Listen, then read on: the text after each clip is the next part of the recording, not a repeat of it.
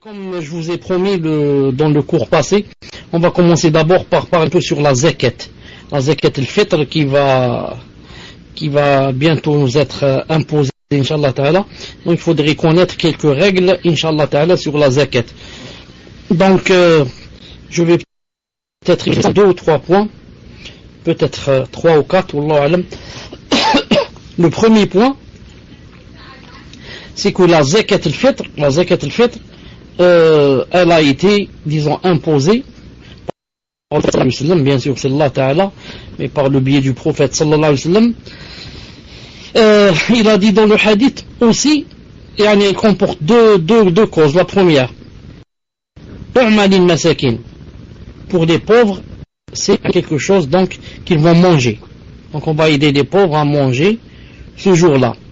Et la deuxième, il a dit Tohratun min al-rafath ou le kalam, ce qui a pu arriver pendant le Ramadan. Pendant le Ramadan, que les gens, nous les jeûneurs, on ait pu dire des choses qui ne conviennent pas et qui ne sont pas, disons, adéquats avec la charia et qui ne sont pas conformes. Donc, alhamdulillah, la zakat al-fitr permet d'expier ces fautes-là.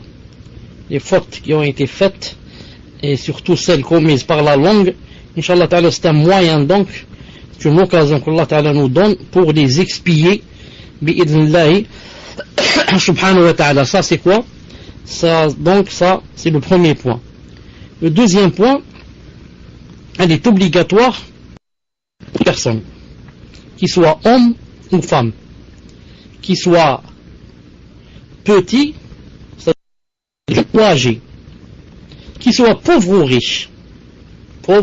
ou riche, jeune ou âgé, même si la personne a quelques minutes seulement dans son âge. Un bébé vient de naître, ça fait quelques minutes. Non. Pour lui, la zakat al-fitr est obligatoire. Donc, pour toute personne vivante, au point où certains, je dis certains, mais c'est pas l'avis le plus fort, on dit que même le bébé qui est dans le ventre, on doit sortir pour lui. Mais nous on dit, Inch'Allah Ta'ala, il n'y a aucun délire en ce sens. Et si jamais quelqu'un fait sortir pour le bébé qui se trouve dans le ventre, il fait sortir en ce sens que c'est tout juste, recommandé, mais pas obligatoire. Mais pas obligatoire. Il y a autre chose aussi. Quand on a dit aussi pour le pauvre, même le pauvre, pour lui, c'est obligatoire de sortir la zakat al-fitr. Qu'est-ce que ça veut dire le pauvre?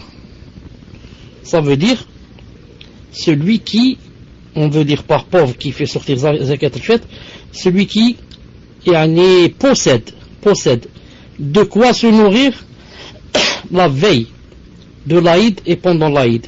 S'il a les moyens de se nourrir, de quoi se nourrir pendant l'Aïd et de quoi se nourrir pendant l'Aïd, quelque chose en plus de ces 2 jours, alors il doit faire sortir la zakat.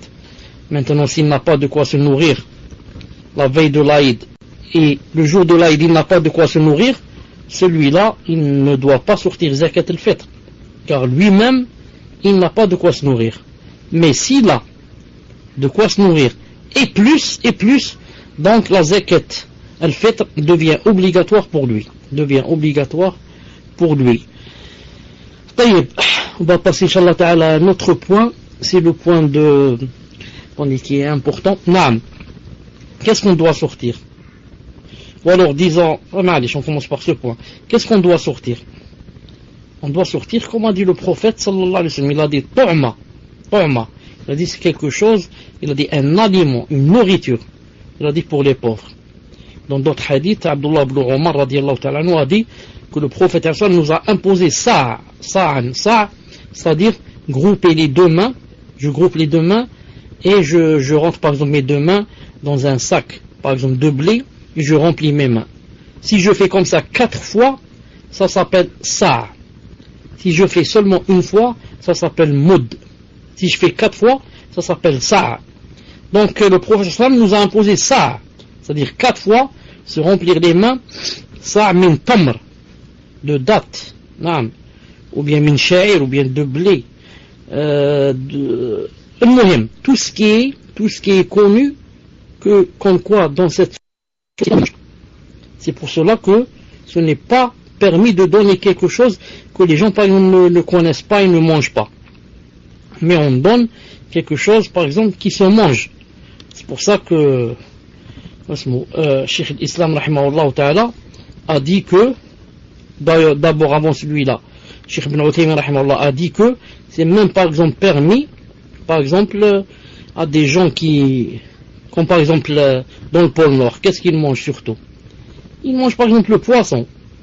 Non, peut-être là-bas si tu leur donnes je ne sais pas quoi la semoule, peut-être ils vont pas la manger, ils vont la jeter.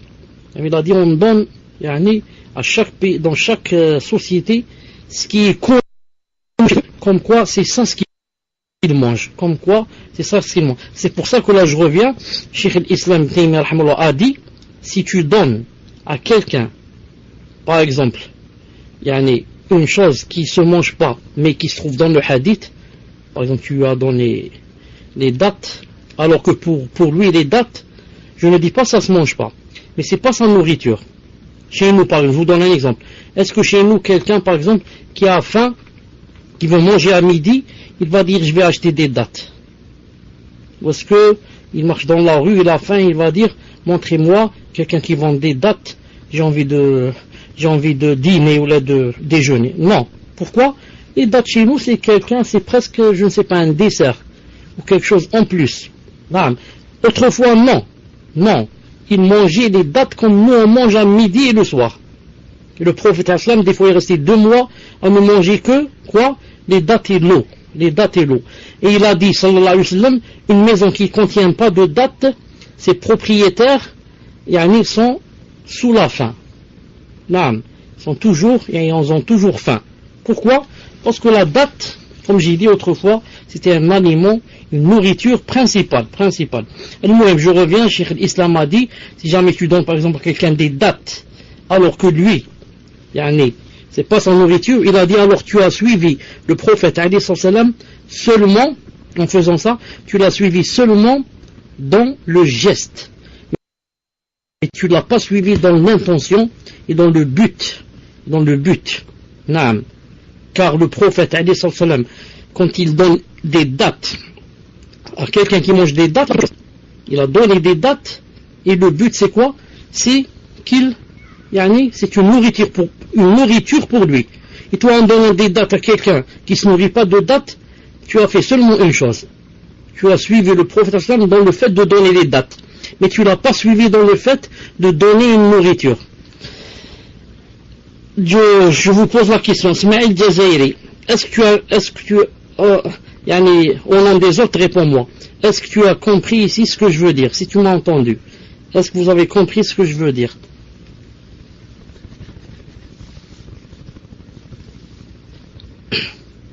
Compris? Alhamdulillah. Mahmoud, qu'est-ce que ça veut dire le point d'interrogation que tu viens de mettre? Qu'est-ce que ça veut dire le point d'interrogation? Bon, il a quitté. Je continue, je disais, non.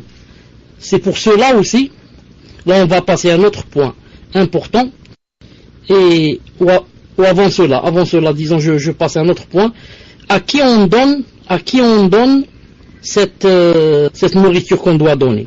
À qui on la donne?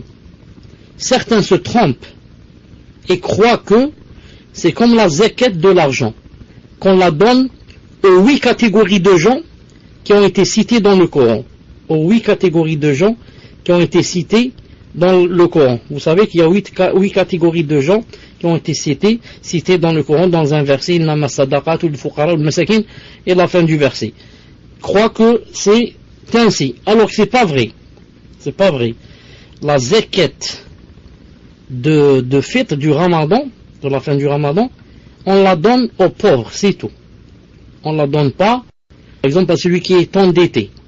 Alors que la zakat de l'argent, on peut la donner à quelqu'un qui est endetté. On la donne aussi à quelqu'un, par exemple, qui va au djihad. Alors que celle-là, non. Zakat al-fitr, on la donne seulement à un pauvre et miskin, comme dans le hadith. Un autre point très important, c'est quoi ce point très important? C'est est-ce que c'est permis, au lieu de la donner en nourriture, de la donner en argent? Au lieu que je la donne en nourriture, est-ce que c'est permis que je donne de l'argent?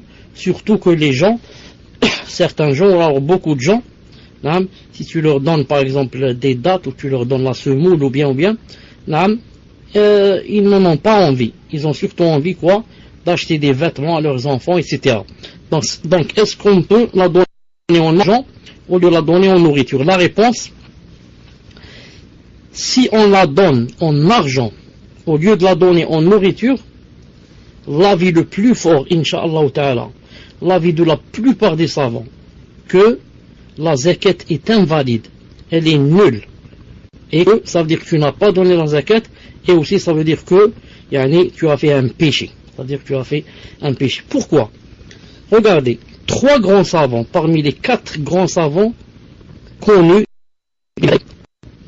l'imam Malik rahimahullah, son élève, l'imam Shafi'i, ensuite l'élève de Shafi'i, l'imam Ahmed, ces 3 grands, en quiconque dont la zakat, le fitr, en argent, sa zakat est nulle.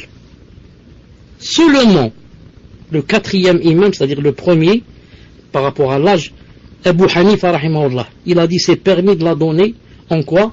En argent. Donc maintenant, si on va voir du côté du nombre, on a 3 qui ont dit c'est nul. Un seul a dit c'est quoi? C'est permis, c'est Abu Hanifa. Sans parler des autres savants, des centaines qui sont venus après et qui ont dit que c'est nul. On parle seulement de ces 4 grands imams. Deuxièmement, vous savez tous, et c'est pas la peine de vous apprendre cela, que l'imam Hanifa rahimahullah, sa science comparée à celle de Imam Malik et Shafi'i et Imam Ahmed wa ma adraka man Ahmed, que c'est vraiment, on va pas dire que l'imam Abu Hanifa n'est pas un savant. Non, astaghfirullah, ma'adallah. Mais l'imam Abu Hanifa, c'est connu qu'il a vécu en Irak. Il est connu qu'il a, quoi? Il a l'école qu'on appelle Al-Ra'i, c'est-à-dire l'école de la raison. Alors que les 3 autres, ils sont connus, ils ont l'école de quoi? L'école de l'Athar, l'école du Hadith. Donc toi, quand tu me parles avec ta raison, et moi je te parle avec le Hadith, il y a une grande différence entre nous. Et l'imam Abu Hanifa rahimahullah est excusé. Il a vécu loin de Médine, en Irak. Les autres ont vécu à Médine, là où le Coran est descendu. Enfin, le Coran est descendu à la Mecque, mais aussi là-bas. Et c'est là-bas, la base du din, à Médine. Al-Muhim. Autre chose très importante, c'est quoi cette chose très importante? Comment le prophète sallallahu alayhi wa sallam dit que c'est ça, si vous trouvez le mot ça en français, dites-le moi. Je vous dis ça, c'est grouper les mains 4 fois. Comment le prophète sallallahu alayhi wa sallam dit la zakat c'est ça de date, ou bien de semoule, ou bien, comme on dit les savants, et toi, ou la X, va dire non, on va la faire sortir en argent. Si quelqu'un va dire, mais il y a des pauvres, on va leur dire, mais Allah subhanahu wa ta'ala savait qu'il y a des pauvres, et pourtant il a dit, faites-la sortir en nourriture. Ensuite, autre chose, toi, pourquoi tu laisses les pauvres? Tu leur donnes pas de l'argent nécessaire, et tu laisses seulement le jour de la veille de l'Aïd, et tu veux leur donner de l'argent. Pourquoi tu leur donnes pas avant? Ensuite, autre chose, si tu es sincère, donne-leur. Il a dit, nous la sortions à l'époque du message là avec l'équivalent d'un sa. Donc c'est en français. Ça c'est le hadith de Abi Sa'id al-Khudri, je crois. Confirme. Ce hadith de Abi Sa'id al-Khudri, radiyallahu ta'ala anhu, il a dit, regardez, à l'époque du prophète islam, qu'est-ce qu'on faisait? Il a dit, on donnait l'équivalent d'un sa' de nourriture. Il n'y a pas dit d'argent, nourriture. Et notre nourriture à cette époque était composée de quoi? De dattes, d'orge, de raisins secs et de fromage. Donc, ça veut dire que il a bien dit, et notre quoi? Et et notre nourriture à cette époque, c'était ceci, cela. Ça veut dire il est possible qu'en ton époque, les choses ont changé. Et que, par exemple, la date ne devienne plus une nourriture. Comme ici, raisin sec. Est-ce que le raisin sec, c'est une nourriture pour nous, par exemple, de nos jours? Ce n'est pas. Vous avez compris. Donc, il faut voir, est-ce que la chose qu'on va donner, c'est une nourriture, c'est pas une nourriture pour nous. C'est pour cela que Cheikh Wesmo, Cheikh Ben Uthaymin rahimahullah, a permis aussi de donner la zakat en spaghetti. Il a dit comme macaroni, spaghetti, il a dit tout ça, c'est maintenant nourriture de notre temps. Donc je disais, on ne peut pas la donner en argent, il faut la donner en nourriture. Ensuite, autre chose. Regarde, quand tu la donnes en nourriture, voilà, alhamdoulilah, quand tu la donnes en nourriture,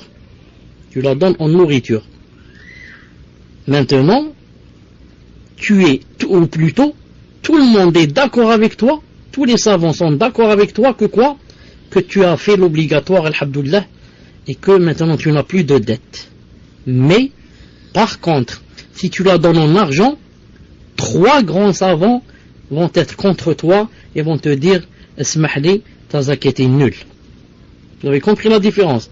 Quand je la donne en nourriture, même Abu Hanifa, qui a dit on la donne en argent, va te dire, tu as bien fait. Moi j'ai dit en argent, c'est-à-dire à cause des pauvres, mais j'ai pas dit que on la donne, si celui qui la donne en nourriture, c'est pas valable. Donc même Abu Hanifa va être d'accord avec toi. Alhamdoulilah, tu l'as donné en nourriture comme c'est dans le hadith. Par contre, quand tu la donnes en argent, 3 grands savants au moins vont te dire, smahli, il faut la donner en nourriture et donc elle n'est pas valable. Donc le sa équivalent équivaut à 4 fois les 2 mains pleines d'une personne normalement constituée. Naam, barakallahu fik. Et c'est pour ça que le sa, c'est bien celui qui va par exemple en Arabie Saoudite. Je crois même qu'il y a en France, on m'a dit ça, il se vend, c'est une chose, une mesure que tu peux acheter et tu la laisses chez toi et seulement pendant le Ramadan tu en as besoin, tu la prends et tu vas chez l'épicerie par exemple, tu lui demandes, tu remplis 4 fois, avec ce sa, par exemple la semoule, et tu lui dis-moi combien ça coûte ce que je viens de peser maintenant.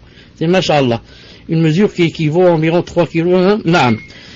Et je reviens à autre chose. Je disais toujours par rapport à la zakat, par rapport à l'argent. Naam. On a dit à l'imam Ahmed rahimahullah, on lui a dit, il y a des gens qui disent que Omar ibn Abdel Aziz, l'un des grands califes, que Omar ibn Abdel Aziz la faisait sortir en argent. Qu'est-ce qu'il a dit, Imam Ahmed, quand on lui a dit ça? Il leur a répondu comme ça. Il leur a dit, il délaisse la parole du prophète sallallahu alayhi wa sallam et ils disent X a dit ceci et Y a dit cela. Ensuite il a dit, Abdullah ibn Omar nous rapporte que le prophète islam a imposé la zakat sa 4 fois les 2 mains bien remplies, min tamr, plein de dates. Donc comme ça il a répondu. Vous aussi, il y a des gens qui viennent et vont vous dire X, Y a dit qu'on peut la faire sortir en argent. Tu lui dis, subhanallah, le prophète islam a dit ça, tamr de date, et toi tu dis en argent. Moi je ne prends pas de l'avis d'une personne si j'ai un hadith authentique. Comme ça a voulu leur dire Imam Ahmed rahimahullah. Et parmi les grands savants qui ont dit que c'est obligatoire de faire sortir la zakat al-fitr en nourriture et pas en argent, parmi les grands, Ibn Taymiyyah rahimahullah, Ibn al-Qayyim, parmi les contemporains, Ibn Baz rahimahullah, Cheikh Ben Uthaymin rahimahullah, Cheikh al-Albani rahimahullah. J'ai la cassette, elle se trouve sur internet, si vous voulez je vous donne à quelle minute même il parle de ça. Naam, Cheikh Fawzan, hafidahullah. Tout cela on dit que on doit la faire sortir en nourriture et non pas en argent, sinon elle n'est pas valable. Naam. Au temps du prophète, il y avait des richards. Abu Bakr Siddiq était un richard. Uthman ibn Affan était un richard. Abdurrahman ibn Auf était un richard. Naam. Il y avait plein d'or, plein de... On n'a pas dit, faites-la sortir en argent. On a dit, vous la faites sortir en nourriture. Maintenant, si j'oublie pas, et vous aussi, si vous avez des questions, des choses dans la zakat que j'ai oublié, donc qu'est-ce qu'il reste à dire sur la zakat? Il reste un point très important, j'allais l'oublier. La zakat, quand est-ce qu'on la donne? De préférence, zakat al-fitr, de préférence pour celui qui peut, mais c'est très difficile. Et même je dirais que je ne conseille pas de nos jours, tellement c'est difficile. C'est quoi? C'est de la donner le jour de l'Aïd avant la salat.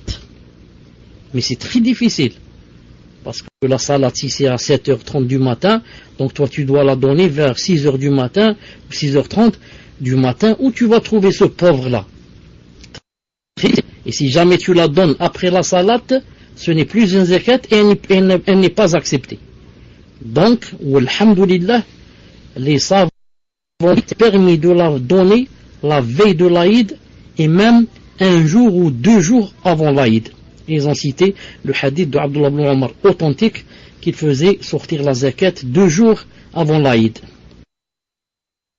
Donc, nous on dit, il est permis de faire, ou plutôt de sortir la zakat 2 jours avant l'Aïd. Et le mieux serait de la faire sortir 1 jour avant l'Aïd. Comme ça, plus tu t'approches de l'Aïd, plus c'est mieux. Car la vraie sunna, c'est de la donner juste avant la salat. Or, comme c'est très difficile, il vaut mieux que je la donne 1 journée avant la zakat. C'est mieux que de la donner 2 jours avant. Et celui qui la donne 2 jours avant, c'est permis. Mais 1 jour avant, c'est encore mieux. Qu'est-ce qu'il reste donc attendez, je réfléchis s'il y a quelque chose. S'il y a une autre chose, faites-moi rappeler. S'il y a autre chose. Moi, je suis en train de penser qu'est-ce qu'il reste.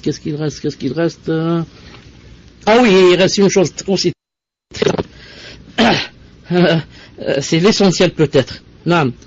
Qu'est-ce qu'il faut donner? Là, je rappelle entre parenthèses que on peut la donner, c'est-à-dire la personne qui la donne, elle la donne pour elle et pour son épouse et ses enfants. Et pour les personnes qui vivent, qui dépendent d'elle financièrement. Vous avez compris? Toute personne qui dépend de moi financièrement, je donne la zakat à sa place. Même si c'est mieux que la personne donne elle-même si elle a les moyens. Je donne un exemple. Je suis père de famille, j'ai 5 enfants qui vivent avec moi. Ou bien, c'est moi qui vais sortir la zakat à leur place, ou bien, ce qui est mieux, c'est que eux fassent sortir la zakat eux-mêmes. S'ils ont les moyens, par exemple, ils travaillent, ou alors s'ils ont un peu d'argent de côté. Pourquoi? Parce que le hadith parle à chaque personne, lui a dit, tu dois sortir la zakat. Donc chaque personne, à la base, c'est chaque personne qui est concernée de sortir sa propre zakat. Mais, si une autre personne, ou alors celle de laquelle je dépends, veut la sortir à ma place, alhamdulillah, c'est permis en islam. À condition qu'ils m'apprennent, ils me disent, c'est moi qui vais sortir la zakat à ta place pour que je mette l'intention. Est-ce qu'il y a autre chose? Rappelez-moi s'il y a autre chose. Il y a autre chose. La zakat, on la donne là où on se trouve quand c'est le moment de la zakat. Par exemple, il y a des gens maintenant de France qui sont dans la Umrah. Ils sont en Umrah. Qui donne la zakat? Ses parents donnent en France, ou là son frère, ou là son épouse, à sa place, ou bien lui, il donne qui est à Umrah. Lui, il donne. Pourquoi? Chaque personne donne à l'endroit où elle se trouve quand c'est le moment de donner la zakat.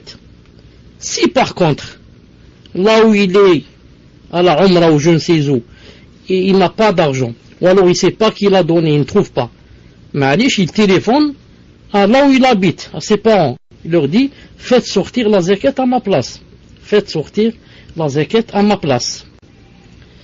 طيب. Est-ce qu'il y a autre chose? Ah voilà, il reste une chose que je viens de me rappeler, alhamdoulilah. Qu'est-ce qu'on doit donner? Qu'est-ce qu'on doit donner comme zakat? Qu'est-ce qu'on doit donner? Je vais vous comment dirais-je? Je vais vous essayer de vous afficher ici la mesure de la zakat et ce qu'il faut. Et si c'est possible, vous notez cela. Pour l'avoir avec vous, vous en aurez besoin toute votre vie, car ça ne change pas. Toute votre vie, vous aurez besoin de ce que je vais afficher, bi'idhnillahi subhanahu wa ta'ala. Donc c'est bien de l'écrire, bi'idhnillahi ta'ala. Dites-moi seulement si ça s'affiche, car j'ai peur que ça s'affiche pas. Si ça s'affiche, ça s'est affiché, dites-le moi. Ça s'est affiché, alhamdoulilah. Mais les fleurs, je crois que ça s'est pas affiché. Ça, c'est écrit seulement F, je ne sais pas pourquoi. Les fleurs, Mahmoud, les fleurs partout, là, seulement les 4 premières. Je vois 5 fleurs, c'est tout. 5 fleurs ou plus? 5 fleurs ou plus? Même. 5, voilà, comme je disais. Donc, semoule, 2 kilos.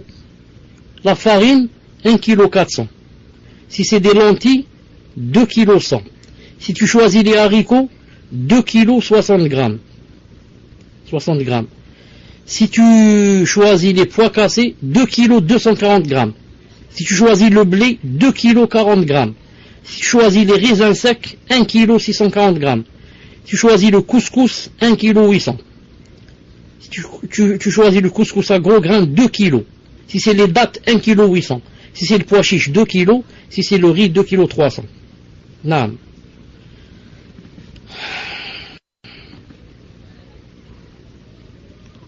Donc vous notez, Inch'Allah, vous notez du moins, si vous ne notez pas tout, par personne. Si vous n'allez pas tout noter, à la rigueur, notez les choses que vous pouvez faire sortir. Par exemple, si vous n'allez pas faire sortir les dates, vous dites les gens ne mangent pas de dates, eh ben n'écrivez pas dates. Si vous n'allez pas faire sortir les raisins secs, n'écrivez pas les raisins secs. Et comme ça, écrivez les choses dont il est possible que vous sortiez la zakat. Ensuite, celui qui est jeune, comme j'ai dit tout à l'heure, ça c'est par personne. Celui qui a 5 personnes, donc il multiplie le nombre de grammes ou de kilos que j'ai cité par 5. Et il est possible aussi de mélanger. Il est possible que je mette par exemple un peu une mesure de date, une mesure de semoule. Il est permis de mélanger.